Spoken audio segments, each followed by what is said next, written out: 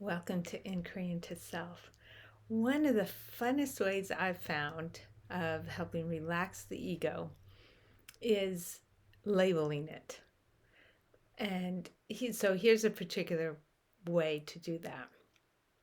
And so all through the day, we actually have a cycle of body states and corresponding emotional and thought habits. So let's say over the course of 1 hour, you might have a thought about, oh, I got such and such I have to do. So you're on the to do list thoughts.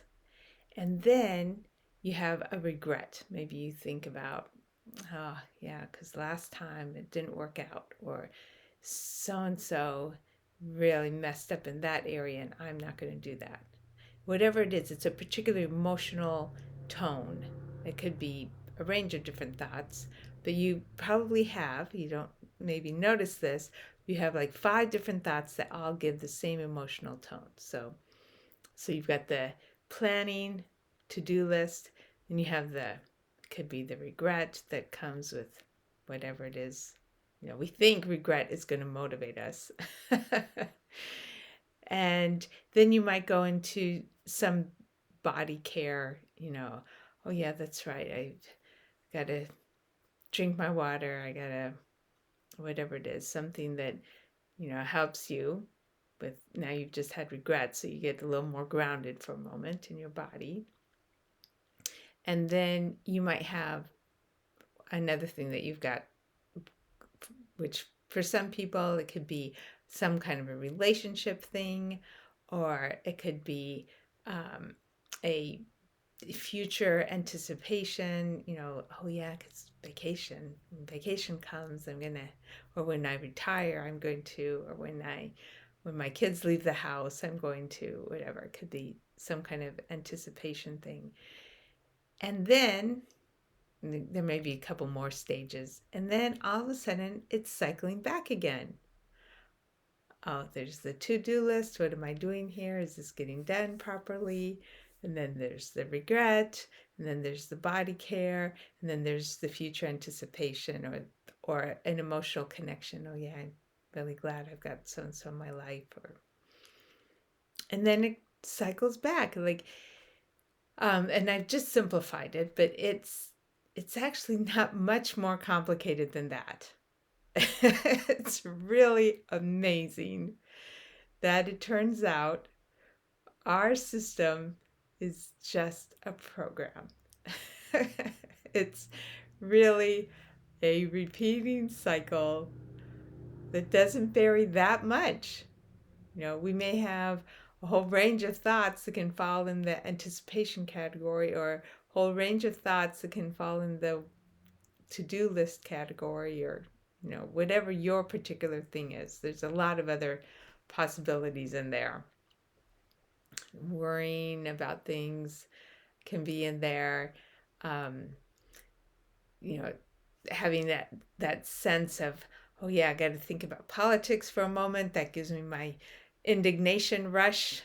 Got to be indignant about those people hurting the environment, or indignant about whatever, that's often in the cycle. Other things that can be in the cycle, oh yeah, it could be some anxiety about your health, someone else's health, just that's, yeah, my heart. Hoping this is not hurting my heart, hoping this is helping my heart, whatever that is. There's a whole spectrum of these possible emotions, but we have our favorite 7, whatever it is, and we just cycle through them. This sense of identity is nothing but a series of habits. And as we follow those habits, we're in our familiar personhood zone. That's it. That is all there is to an ego. This sense of structure, sense of security, because there's a familiar, repeatable pattern, essentially. So, one way of opening past this is, identifying what one's particular pattern is. You don't have to get every single one, but you might notice at least a couple recurring ones. Oh yeah, there's my guilt. Gotta have that guilt hit. Or there's my future anticipation. Gotta have my future anticipation hit. Or blame. You got somebody in your life. Oh, they're always messing up. Life would be so much smoother if they weren't messing up. Gotta have that little blame hit. Just labeling it. Oh yeah, there's the blame hit. There's the anticipation hit. There's the indignation hit. All of a sudden, it's not going to be able to feel quite as potent, quite as real. So, figure out what your particular hits are. You can figure out what your particular hits are.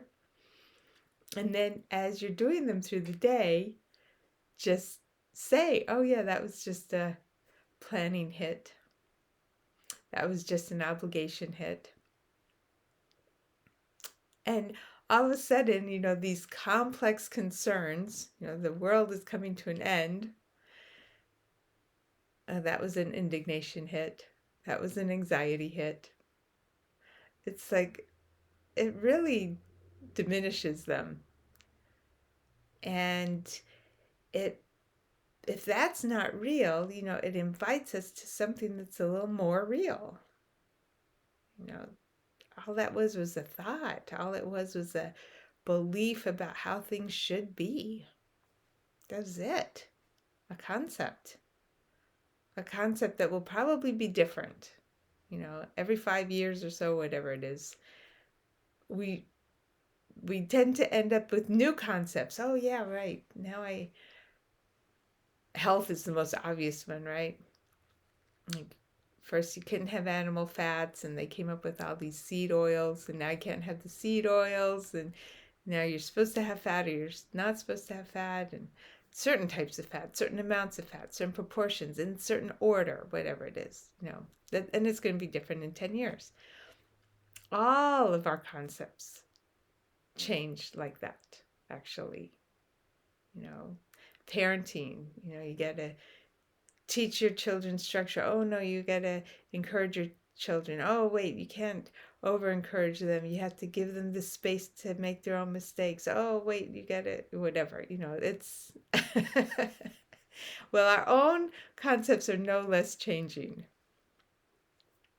So if we just take that moment by moment, oh yeah, there's the indignation hit.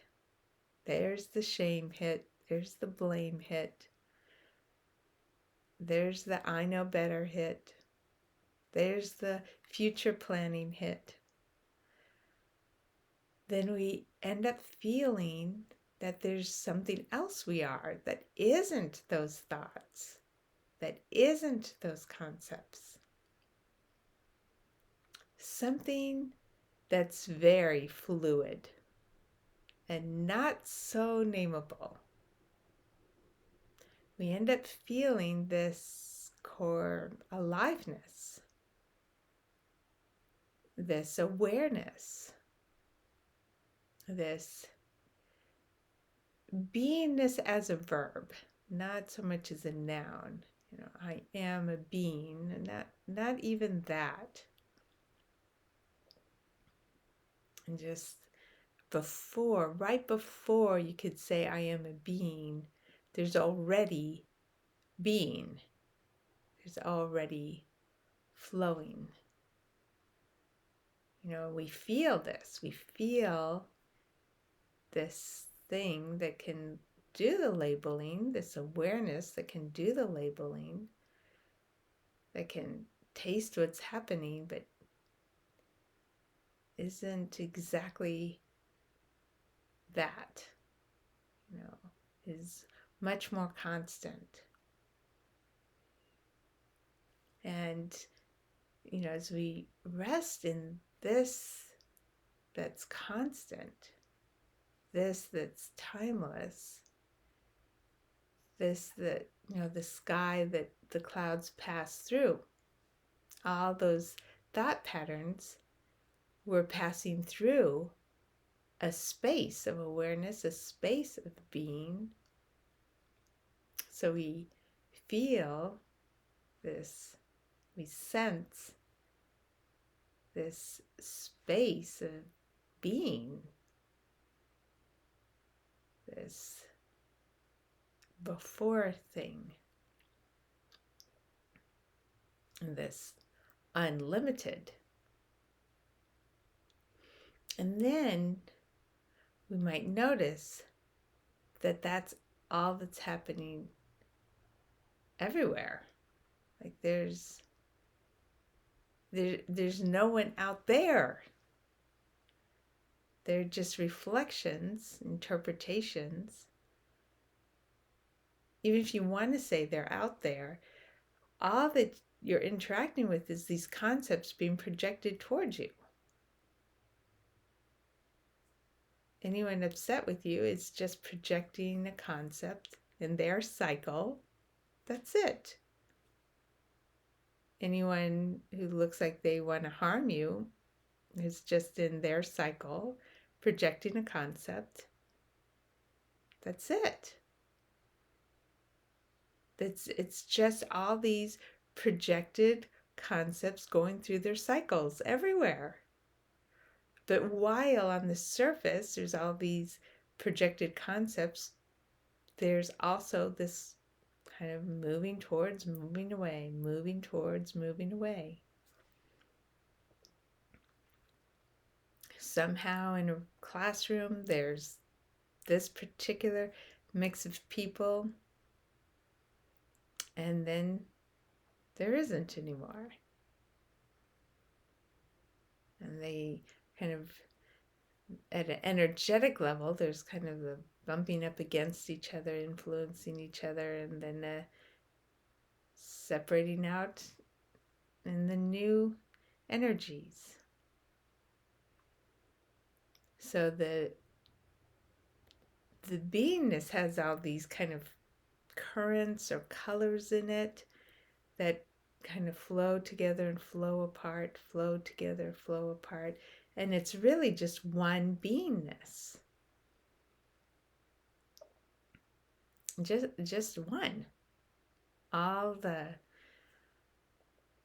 apparent countries, all the apparent concerns, all the apparent movements.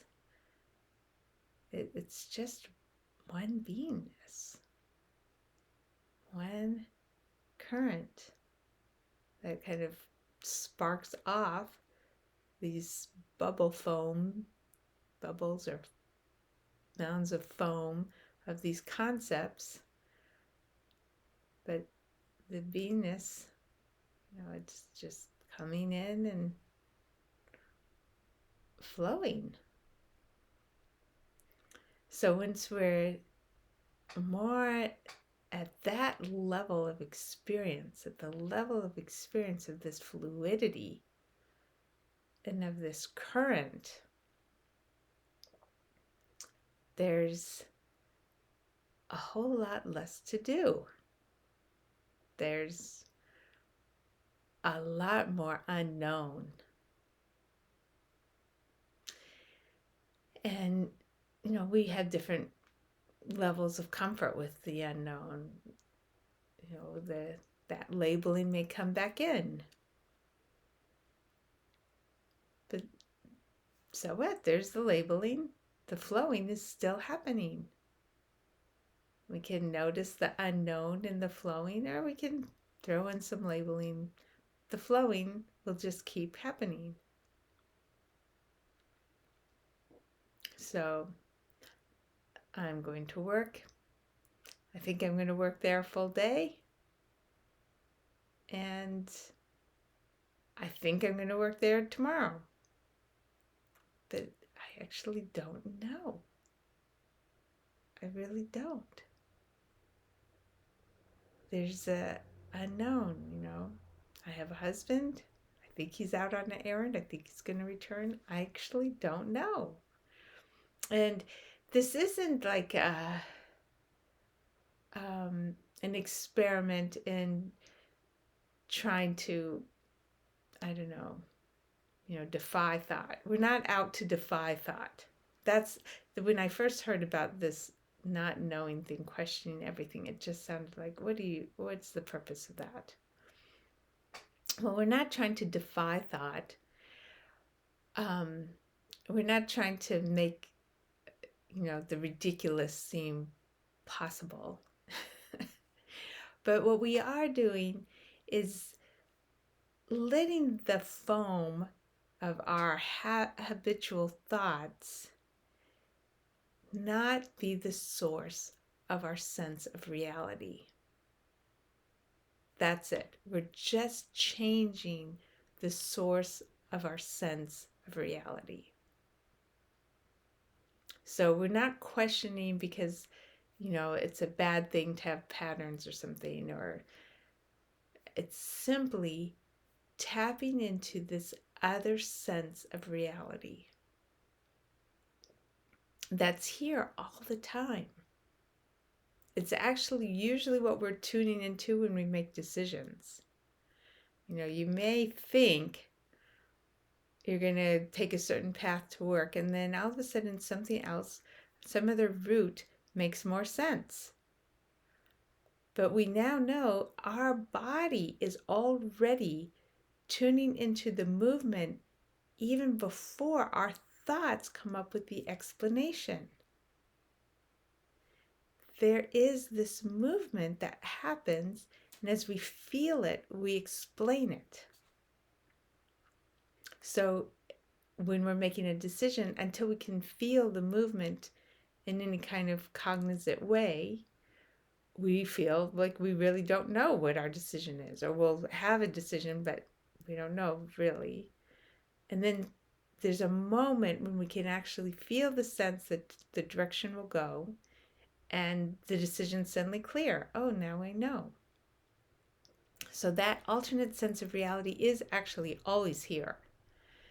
It's just allowing ourselves to make it more of a primary source of reality.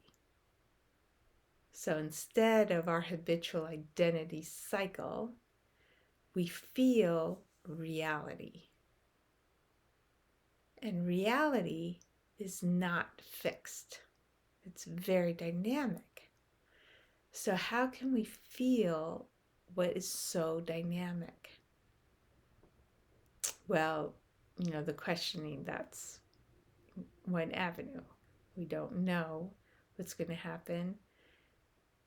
And then we have to tune into something else, this sense of being that's always already here, this aliveness that's always already here, this fluidity that doesn't make exact distinctions between us and someone else, this energetic flow,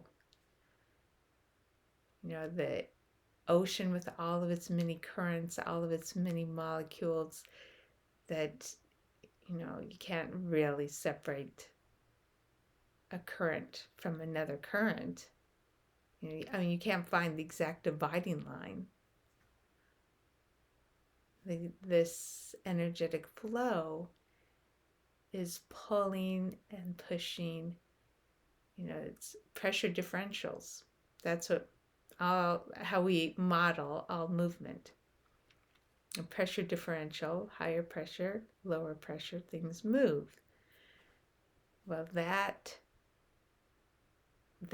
dynamic pulling and moving, that's closer to our true sense of reality.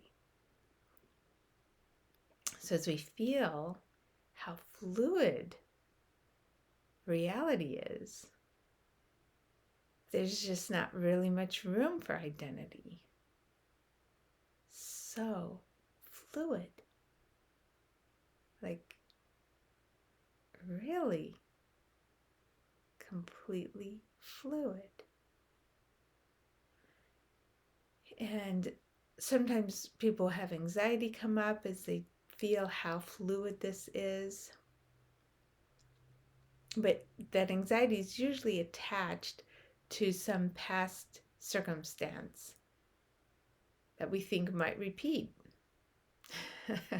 So there's a tiny bit of the referencing happening again. And fluidity could be just fluidity.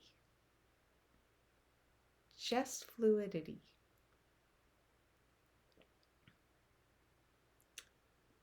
I remember when I was learning to ride a bicycle, and I'd like to have somebody holding the back of the bicycle. And um, one time I turned around and the person wasn't holding the back of the bicycle anymore, and I'd been riding, for a whole minute. So that's exactly how it is. We've been this fluidity our whole life. That's all we've been. We've always only been this fluidity. No one was ever holding the back of the bicycle, ever. So our anxiety by noticing that there's somebody not at the back of the bicycle is just that. It's just noticing how it's always been. There's never been somebody holding the back of the bicycle. That sense of identity, of certainty, was always just a superficial bubble of foam. The fluidity, that's always been the constant. How did you end up with the child that you love? The fluidity. How did you end up with the talents that you love to have? The fluidity.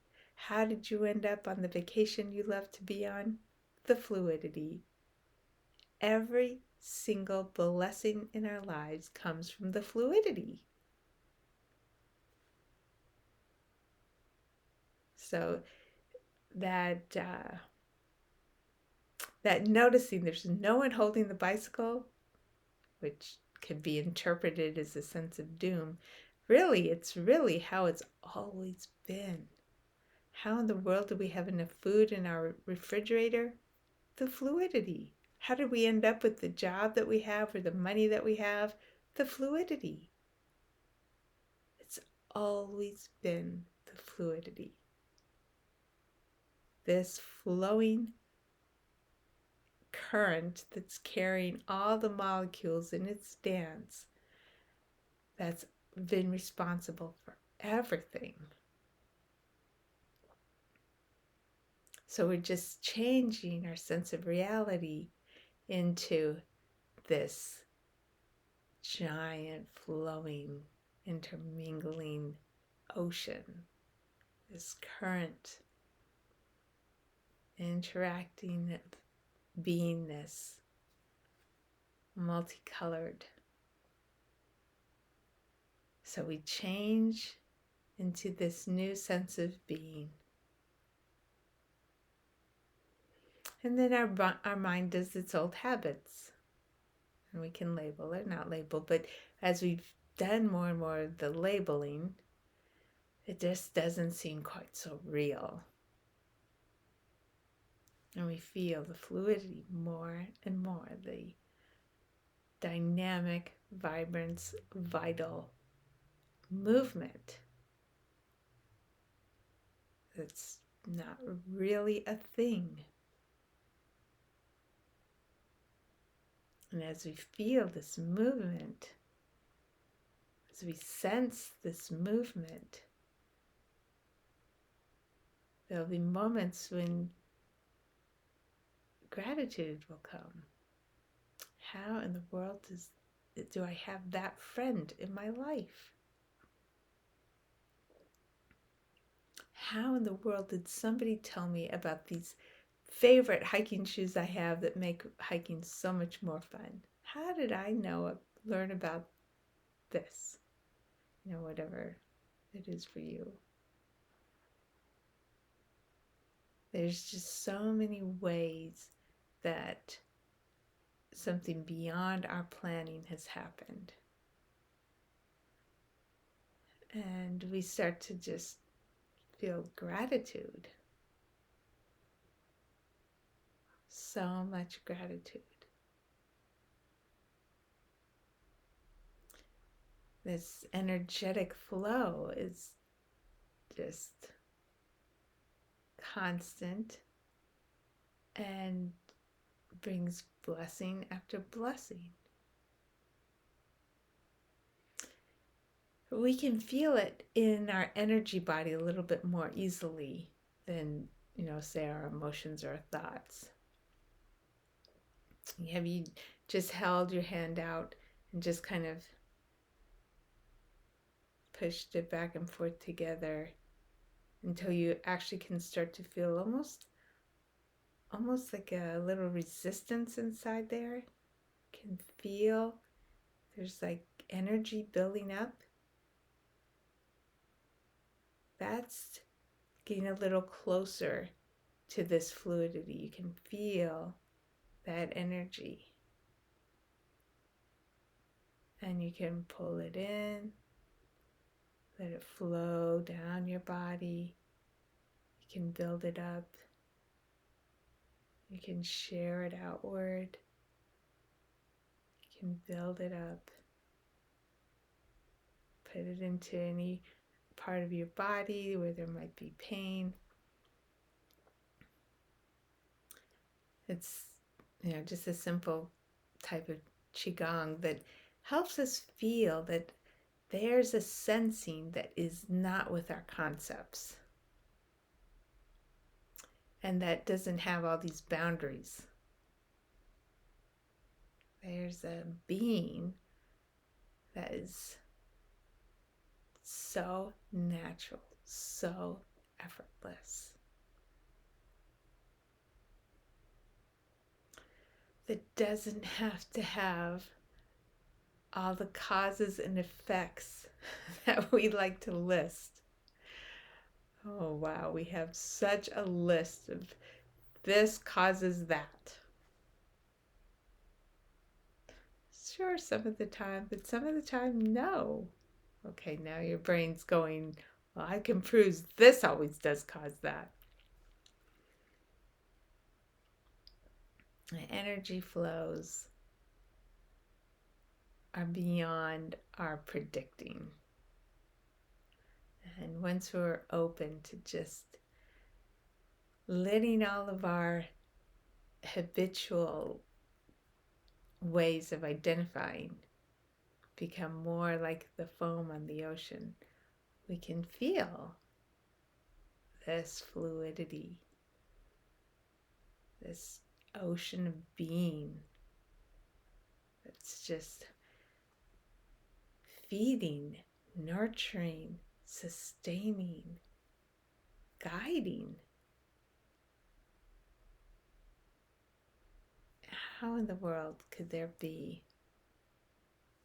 and just name whatever it is that makes your life work?